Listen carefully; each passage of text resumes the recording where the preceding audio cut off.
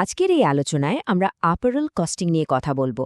Apparel ইন্ডাস্ট্রিতে যারা কাজ করছেন, বিশেষ করে মার্চেন্ডাইজিং, কস্টিং বা ফাইন্যান্স টিমে, তাদের জন্য তো বটেই, যারা টেক্সটাইল বা গার্মেন্টস নিয়ে পড়াশোনা করছেন তাদের জন্য এটি খুব গুরুত্বপূর্ণ একটা বিষয়। আমরা ধাপে ধাপে দেখব অ্যাপারেল কস্টিং আসলে কি, এর মূল উপাদানগুলো কি আর কিভাবে একটি পোশাকের মোট খরচ বের করা হয়। তাহলে অ্যাপারেল কস্টিং জিনিসটা আসলে কি? সহজ কথায় এটা একটা সিস্টেম্যাটিক প্রসেস। এই প্রসেসের মাধ্যমে একটি পোশাক তৈরি করতে মোট কত খরচ হচ্ছে তার সব প্রত্যক্ষ এবং পরোক্ষ খরচের একটা নিখুঁত হিসাব বের করা হয়। আর এই হিসাবটা খুবই জরুরি, কারণ এর উপরে নির্ভর করে পোশাকটির সঠিক মূল্য নির্ধারণ, লাভ নিশ্চিত করা এবং বাইরের সাথে কার্যকরভাবে নেগোসিয়েশন করা।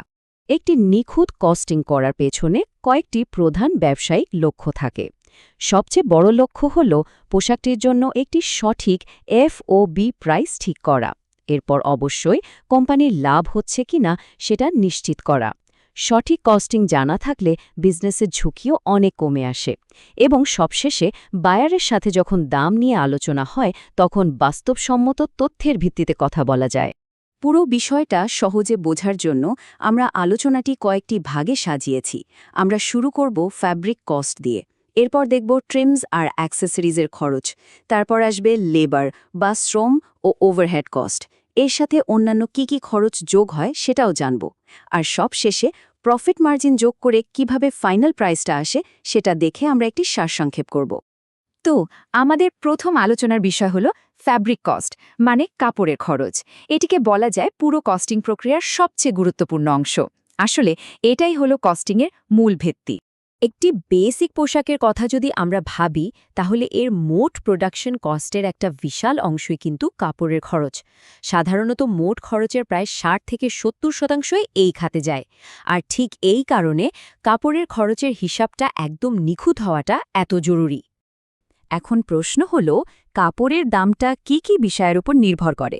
বেশ কিছু ফ্যাক্টর আছে, যেমন ফ্যাব্রিকটা কি ওভেন না নেটেড, ডাইংটা কোন স্টেজে করা হয়েছে, ফাইবার, ইয়ার্ন নাকি ফ্যাব্রিক স্টেজে, তারপর ধরুন ফাইবারটা কি দিয়ে তৈরি, কটন, পলিয়েস্টার নাকি কোনো ব্লেন্ড, কাপড়ের জিএসএম, প্রস্থ, ইয়ার্ন কাউন্ট, এমনকি ইয়ার্নের কোয়ালিটি, মানে এটা কার্ডেড নাকি কোমড, এই সব কিছুর উপরেই দাম নির্ভর করে।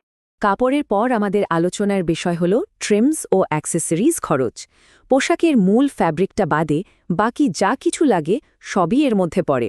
দেখতে ছোট ছোট জিনিস মনে হলেও মোট খরচের ওপর এদের প্রভাব কিন্তু বেশ বড়।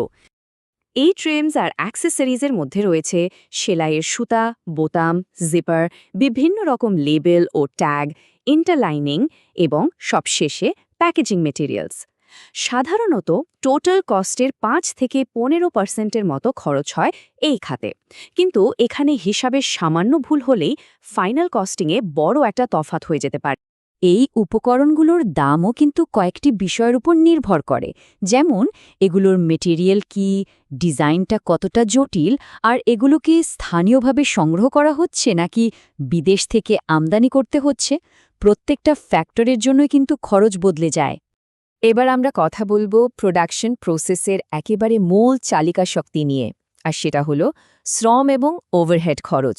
এর মধ্যে দুটো ভাগ আছে, একটা হলো সরাসরি শ্রম খরচ, যেটাকে আমরা বলি সিএমটি, আর অন্যটা হলো ফ্যাক্টরির পরোক্ষ খরচ, অর্থাৎ ওভারহেড কস্ট। সিএমটির পুরো মানে হলো কাট, মেক এবং ট্রিম। ফ্যাব্রিক কস্টের পর এটাই কস্টিংয়ের দ্বিতীয় গুরুত্বপূর্ণ অংশ।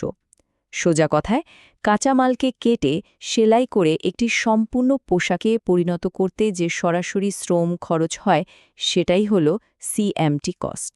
এই শ্রম খরচ বা সিএমটি কয়েকটি জিনিসের ওপর ওঠানামা করে, যেমন পোশাকের ডিজাইনটা কতটা জটিল, এর স্ট্যান্ডার্ড মিনিট ভ্যালু অর্থাৎ এসএমভি কত, এবং অবশ্যই প্রোডাকশন লাইনের এফিসিয়েন্সি কেমন। খুব সহজ হিসাব, লাইনের এফিসিয়েন্সি যত ভালো হবে সিএমটি কস্ট তত কমে আসবে। এবার আসি ওভারহেড কস্টের কথায়। ওভারহেড হল সেই সব পরোক্ষ খরচ যেগুলো সরাসরি একটি পোশাকের অংশ না, কিন্তু ফ্যাক্টরিটা চালানোর জন্য এই খরচগুলো করতেই হয়। যেমন ধরুন ফ্যাক্টরির ভাড়া, বিদ্যুৎ, গ্যাস, পানির বিল, মেশিনের রক্ষণাবেক্ষণ খরচ, অথবা সুপারভাইজার ও অফিস স্টাফদের বেতন। এই সব খরচকে একসাথে করে উৎপাদিত প্রতিটি পোশাকের ওপর গড় হিসেবে ভাগ করে দেওয়া হয়। এখন আমরা কস্টিংয়ের প্রায় শেষ পর্যায়ে। ফাইনাল প্রাইসটা বের করার জন্য আরও কিছু খরচ আর লাভের অংশ যোগ করতে হবে। চলুন সেই বিষয়গুলো দেখে নিই। এই অন্যান্য খরচগুলোর মধ্যে থাকতে পারে বিশেষ কোনো ওয়াশ বা ফিনিশিংয়ের খরচ, এর সাথে আছে টেস্টিং বা কমপ্লায়েন্সের খরচ, লজিস্টিক্স ও পরিবহনের খরচ, আর রপ্তানির জন্য যেসব ডকুমেন্টেশন লাগে বা অন্যান্য হ্যান্ডলিং চার্জ থাকে সেগুলোও যোগ হয়। এই খরচগুলো কিন্তু নির্দিষ্ট নয়, এক এক ক্রেতা ও অর্ডারের জন্য এক এক রকম হয়। তো এই পর্যন্ত আমরা যতগুলো খরচের কথা বললাম, ফ্যাব্রিক, ট্রিমস, সিএমটি, ওভারহেড আর অন্যান্য খরচ, এই সবগুলোকে একসাথে যোগ করা হয়। এই মোট খরচের উপরে কোম্পানির লাভের অংশ অর্থাৎ প্রফিট মার্জিন যোগ করা হয়। এখন এই প্রফিট মার্জিনটা কত হবে সেটাও কিন্তু কয়েকটি ফ্যাক্টরের ওপর নির্ভর করে, যেমন অর্ডারের পরিমাণ কত, ক্রেতার সাথে কোম্পানির সম্পর্ক কেমন, আর মার্কেটে প্রতিযোগিতা কতটা তীব্র। এই সব কিছু বিবেচনা করেই ফাইনাল প্রফিট মার্জিনটা ঠিক করা হয়। তো আমরা পুরো বিষয়টার একটি সারসংক্ষেপে চলে এসেছি। এতক্ষণের আলোচনা থেকে এটা পরিষ্কার যে অ্যাপারেল কস্টিং হয়তো একটু জটিল, কিন্তু এটি একজন মার্চেন্ডাইজারের জন্য একটি অপরিহার্য দক্ষতা। পুরো প্রক্রিয়াটি যদি আমরা আরেকবার দেখি, প্রথমে আসে ফ্যাব্রিক কস্ট, এর সাথে যোগ হয় ট্রিমস কস্ট, তারপর সিএমটি কস্ট, এরপর ওভারহেড কস্ট এবং সবশেষে অন্যান্য খরচ। এই সব কিছু মিলে আমরা পাই একটি পোশাকের মোট খরচ। শেষ কথা হলো, আন্তর্জাতিক বাজারে সফলভাবে ব্যবসা করতে হলে আর ক্রেতার সাথে একটি সঠিক এফওবি প্রাইস নিয়ে নেগোশিয়েট করতে হলে কস্টিংয়ের প্রত্যেকটি ধাপ সম্পর্কে একদম পরিষ্কার ধারণা রাখাটা অপরিহার্য। এটি একজন সফল মার্চেন্ডাইজারের অন্যতম প্রধান একটি দক্ষতা। এই আলোচনার শেষে একটি প্রশ্ন ভাবার জন্য রইল। কস্টিং করার সময় এই যে বিভিন্ন উপাদান, এর মধ্যে কোনটির খরচ বের করা সবচেয়ে বেশি চ্যালেঞ্জিং হতে পারে বলে মনে হয়? বিষয়টি নিয়ে ভাবলে এই আলোচনা আরও ফলপ্রসূ হবে।